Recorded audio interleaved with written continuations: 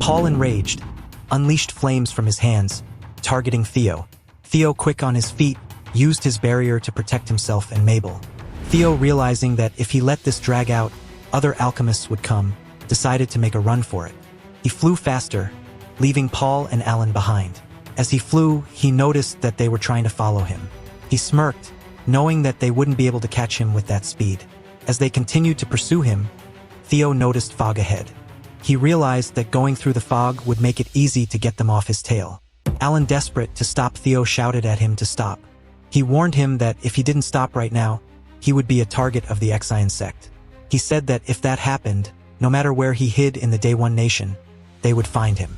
He said that the alchemists of the Exian sect would keep chasing him to kill him his whole life. Theo, considering the consequences, thought to himself that that was a huge price to pay. He knew that the memoirs would turn the Exian sect into an enemy. However, he decided that there was nothing to worry about. With a sly grin, Theo vanished into the fog. Alan, frustrated, cursed his luck. He lamented that if it wasn't for the fog, he would have melted all of Theo's organs and made him vomit blood. Theo emerged from the fog, noticing Calvin and Jacob on the ground. They were just smiling, seemingly oblivious to Theo's presence, letting him pass by. Theo smiled back, relieved to have escaped. Meanwhile, in a cave, Mabel woke up. She looked around, confused, and asked where she was. Theo, appearing beside her, said that she had woken up. He said that seeing as she had walked out there, she seemed to be okay. Mabel, blushing, asked why he had saved her. Theo, with a gentle smile, replied that he had told her to trust him. Hadn't he? He said that the place called Exian Sect was quite powerful, so he didn't know if he could handle it, but Mabel, with a sudden outburst, shouted that he was really an idiot. Theo, confused, asked what she meant. Mabel, with a determined tone, said that he was not the type to take away something that belonged to someone else. Mabel, pouting, mumbled that he was stupid. Theo, slightly offended by Mabel's response, asked if that was all she had to say. Mabel, blushing and avoiding eye contact, mumbled a thank you, calling him an idiot. Theo, with a satisfied smile, said that that was all he needed. Theo let out a heavy sigh, his shoulders slumping under the weight of the future. It was a vast, unknown landscape, and just thinking about it made his head ache. Mabel, ever observant, noticed his distress. She reached out and gently took something from his hands. Theo was confused. What was she doing? He looked at the object in her hand, a beautiful, golden chrysanthemum, its petals shimmering in the light. "The supreme chrysanthemum," Mabel said, her voice filled with quiet conviction. She had claimed this flower as her own long ago, the moment she first saw it. She had nurtured it, watched it grow, and now it was time to take it home. She needed to return it quickly. Theo's couldn't believe what she was saying. He was the one who had dug up chrysanthemum, and Mabel had given it to him. Mabel shrugged, admitted that she had lied about how chrysanthemum came to be in Theo's possession. She said she had grown tired of Theo's relentless questioning. Besides, she needed chrysanthemum more than he did. Theo shook his head, his confusion growing. Mabel had left chrysanthemum with him. He couldn't understand why she was suddenly claiming ownership. Mabel looked at him with a sharp gaze, her voice firm. She had called dibs first, she declared, making her the rightful owner of the plant. Theo's mind was racing. He felt a growing sense of unease. He needed to understand what was going on, but he didn't know where to begin. Theo looked at Mabel, his brow furrowed. He wondered if Mabel possessed common sense.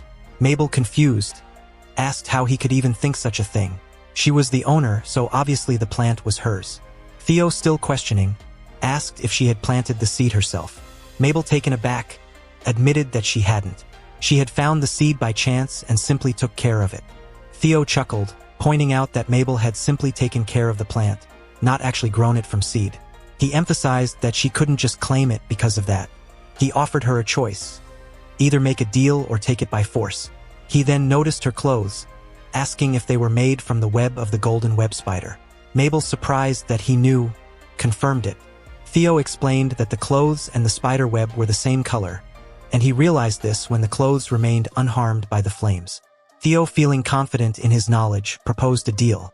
He offered to give Mabel the chrysanthemum if she made him clothes using the web of the golden web spider. He thought it was a fair trade, a great deal.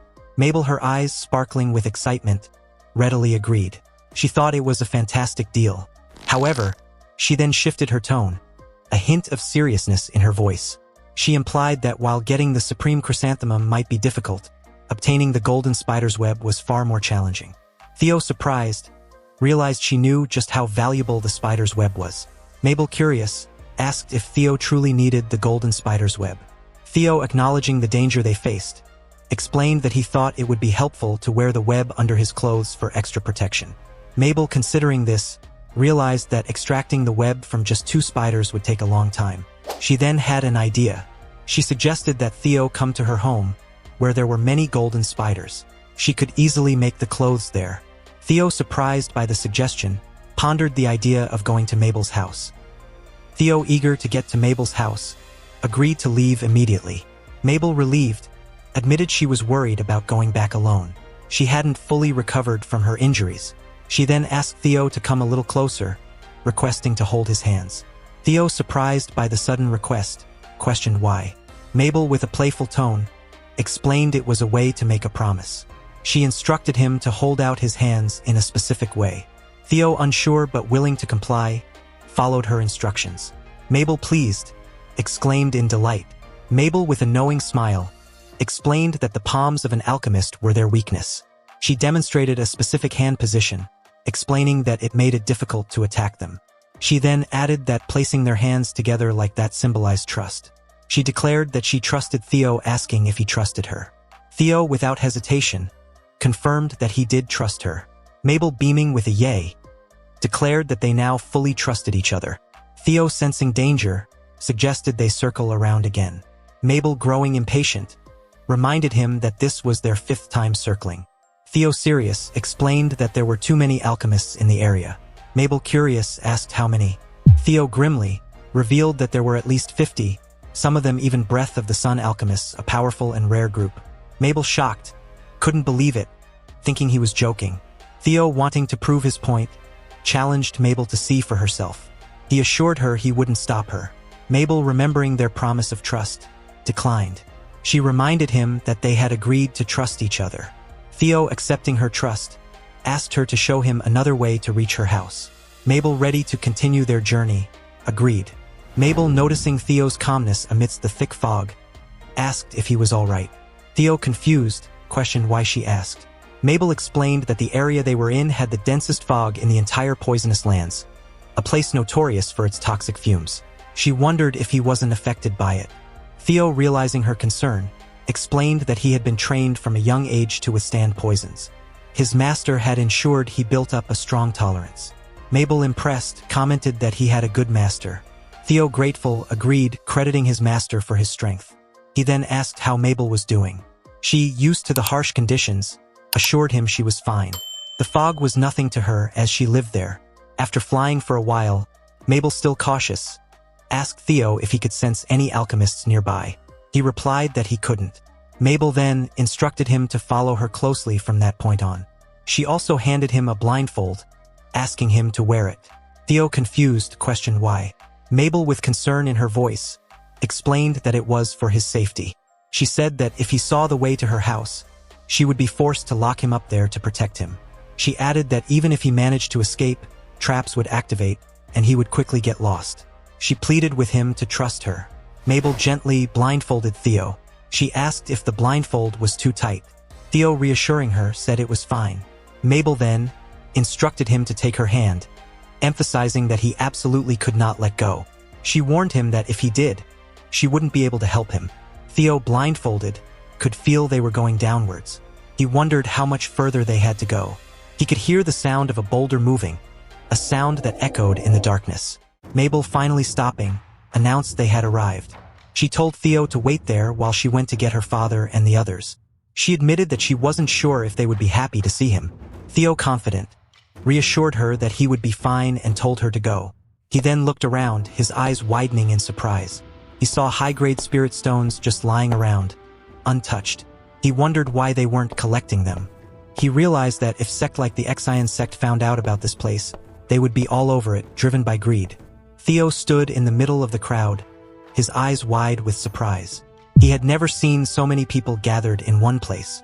They were all looking at him, some with smiles, some with frowns. Theo could feel the tension in the air.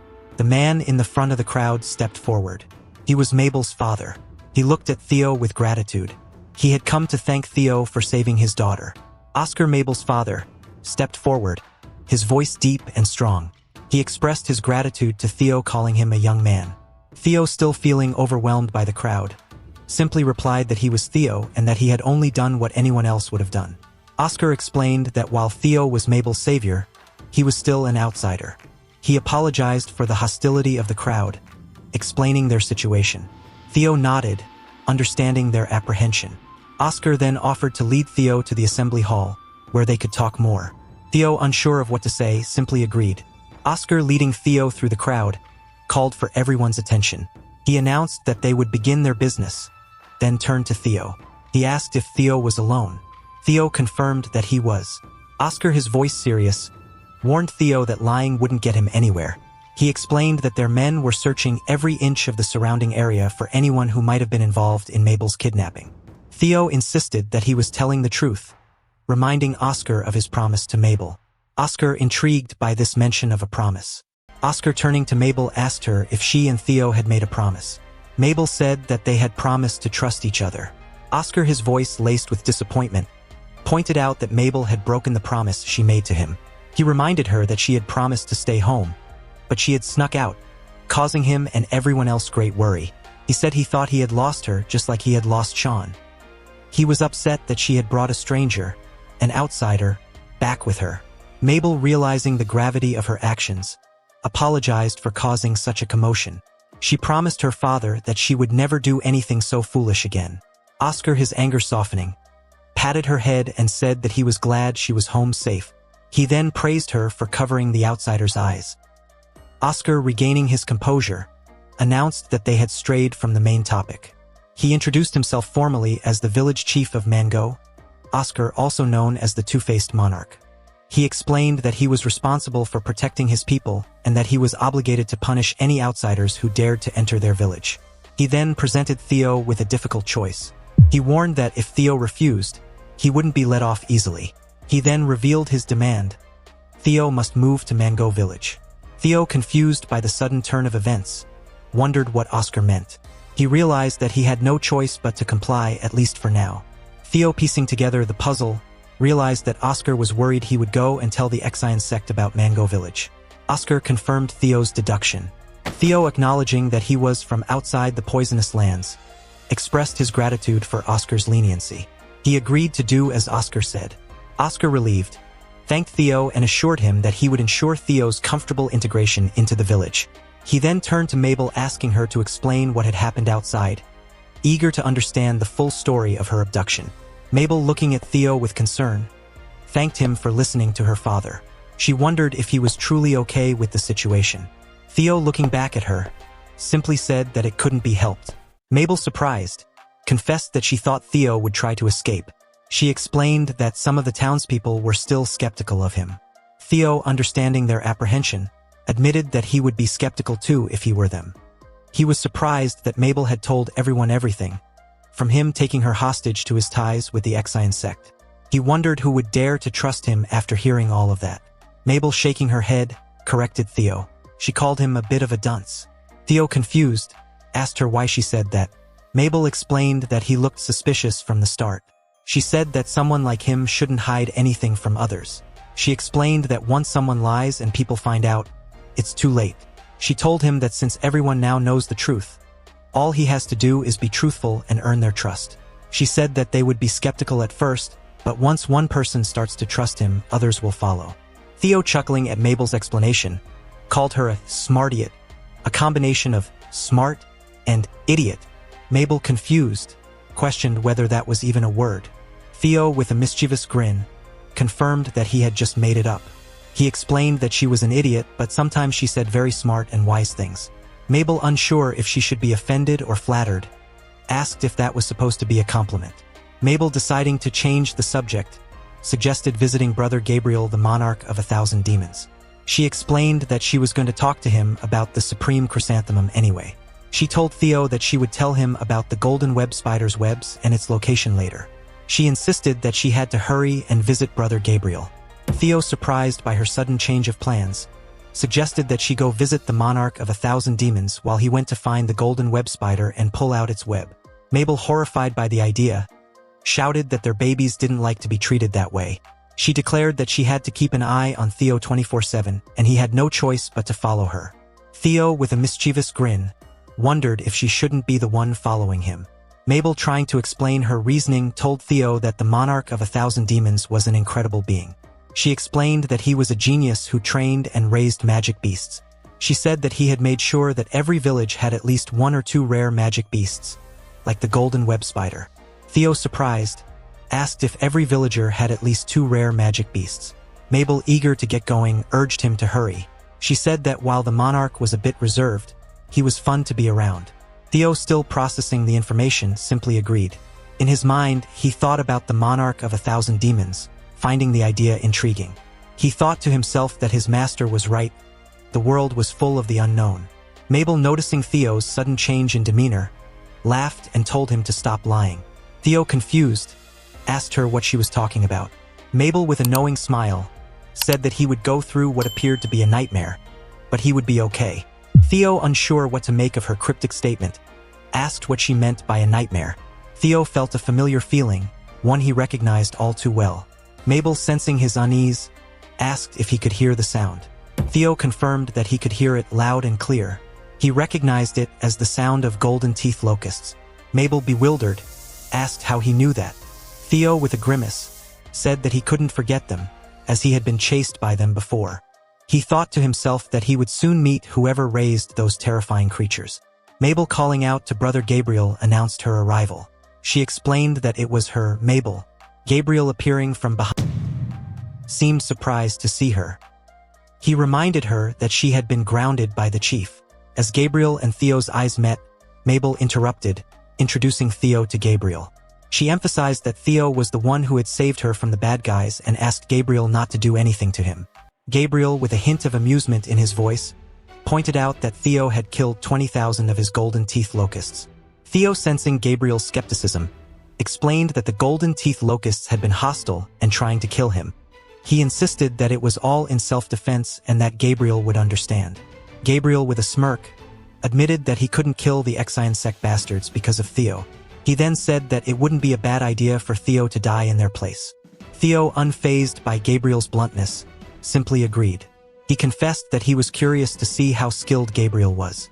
Mabel, stepping between Gabriel and Theo, interrupted their tense exchange. She declared that Gabriel and her elder brother were good friends. She explained that after the kidnapping of her brother, Sean, Gabriel had started attacking all outsiders who entered the poisonous lands. She then announced that she had a favor to ask. Gabriel, intrigued, asked what it was. Mabel, with a mischievous glint in her eye, said that she needed some fat earthworms. Theo, surprised by her request, questioned what she needed them for.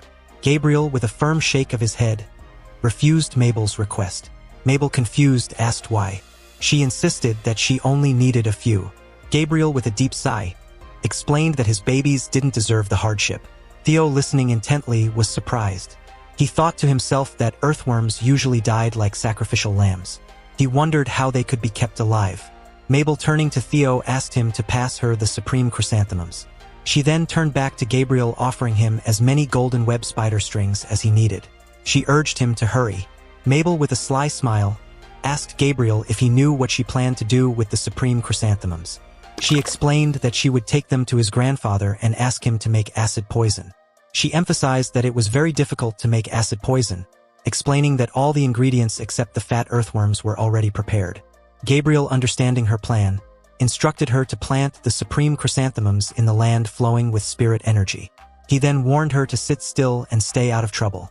Mabel, with determination in her voice, explained that the acid poison would be used against the alchemist of the sect. She said it would be of great help to them. She then admonished Gabriel for suggesting that she should stay out of the way like a good little girl. She emphasized that while Sean was a friend to Gabriel, he was her brother. She reminded him that, to the village, their next chief in line had been kidnapped. She declared that she was a mid-class law of spirit energy alchemist and that she wouldn't sit idly by any longer. Gabriel, impressed by Mabel's determination, relented. He agreed to get her the fat earthworms so she could make the acid poison. However, He sternly warned her not to dare try to use it herself. He declared that he would use it himself. Mabel, surprised by his sudden change of heart, exclaimed in disbelief. Gabriel, with a mischievous glint in his eye, handed her a small pouch. He asked if it was enough for what she was about to do. Mabel, examining the pouch, explained that she needed to speed up the growth process from 800 to another 200 years. She then cautiously said that she thought it would be enough. Gabriel, with a hint of disbelief in his voice, questioned if Mabel thought that was enough. He reminded her that she was talking about 200 years. He then shrugged, telling her to ask the old man to do it for her. He instructed her to make sure to bring the earthworms back in one piece after she was done.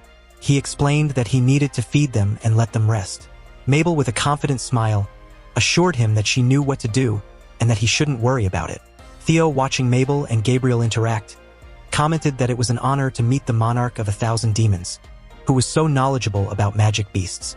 Gabriel, surprised by Theo's sudden change in attitude, questioned what had gotten into him.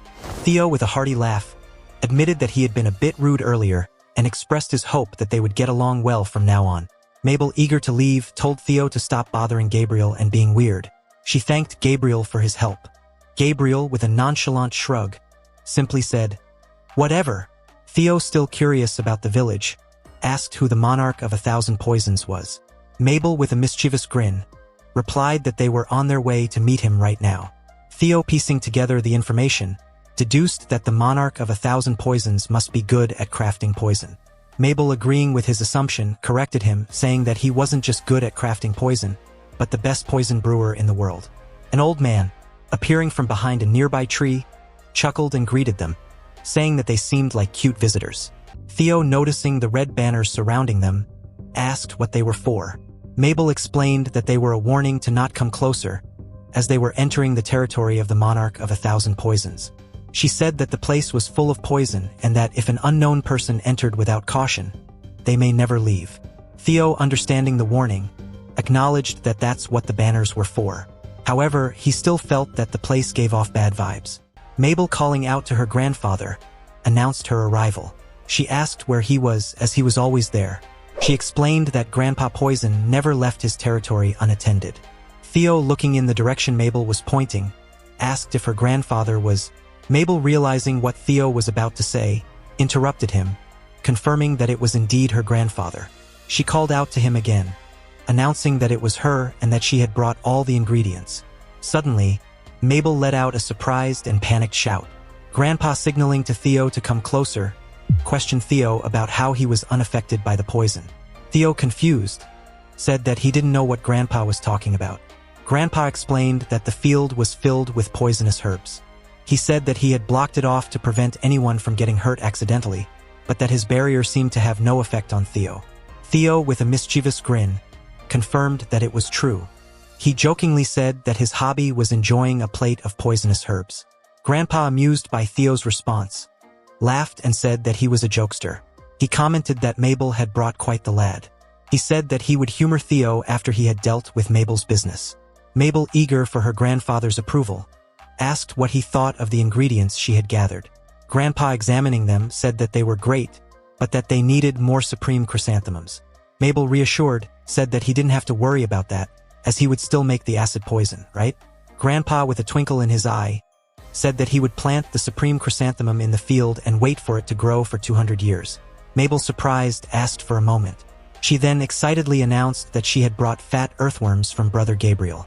Grandpa, shocked, asked if Gabriel, that bastard, had actually let her have them. Mabel, with a knowing smile, explained that of course he had, as she was his weak spot. Grandpa, with a knowing look, suggested that that was probably not the case. He said that Gabriel probably wanted the acid poison for himself as well.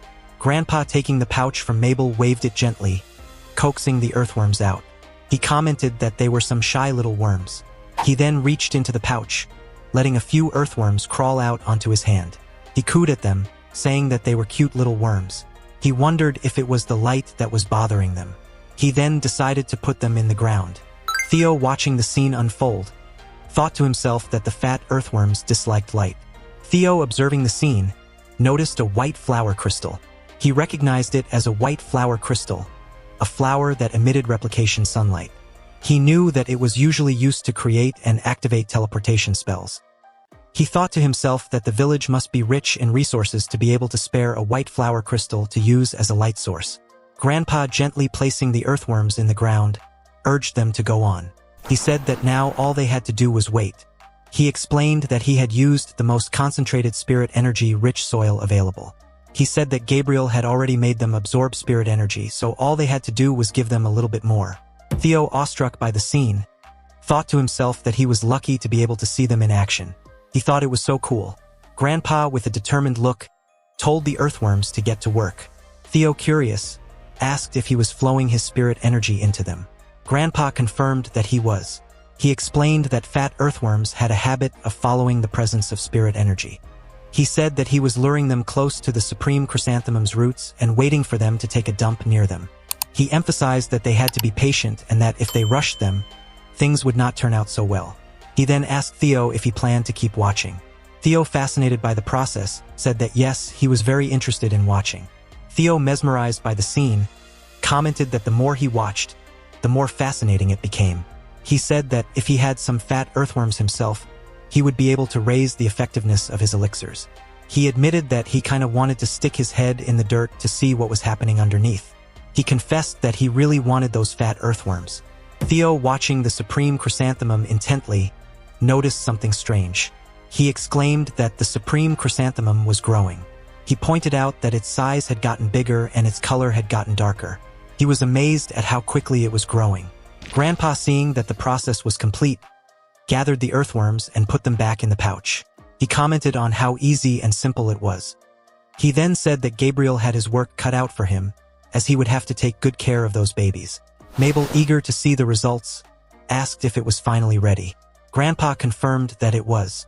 He explained that it had reached a total of 1,000 years of age and was ready to be made into acid poison. He said that it would take about a month to complete. Mabel, impatient, exclaimed that a month was too long. Grandpa, slightly offended by Mabel's comment, exclaimed that it was only a month because he was making it. He said that if she tried to make it, it would take more than 10 years. Mabel, realizing she had gone too far, chuckled and said that she was just joking. Grandpa, with a serious tone, suggested that she learn poison craftsmanship and become his apprentice. He said that he was worried that she would be given the mask in place of her brother. Theo, confused by the mention of the mask, questioned what it was. Grandpa, seeing the look of concern on Mabel's face, explained that wearing the mask was not easy. He said that the price one had to pay was great. Mabel, with a panicked scream, declared that her brother would come back. She insisted that her brother was the one and only heir of the two-faced monarch. Theo, listening intently, thought to himself that the two-faced monarch and a mask were the two related? Grandpa, realizing that he had chosen his words unwisely, apologized. Grandpa, turning to Theo, asked him if his hobby was consuming poison. Theo, with a nervous smile, confirmed that it was. Grandpa, with a mischievous twinkle in his eye, told Theo to come closer and try some of his poison. Theo, intrigued, politely said that he would if he may. Theo, with a hint of longing in his voice, confessed that he hadn't been able to find a decent poison ever since the 7 silver-scaled snake's poison. Mabel, concerned for Theo, warned her grandfather to take it easy on him. Grandpa, with a mischievous grin, assured her that he would make sure Theo was still breathing.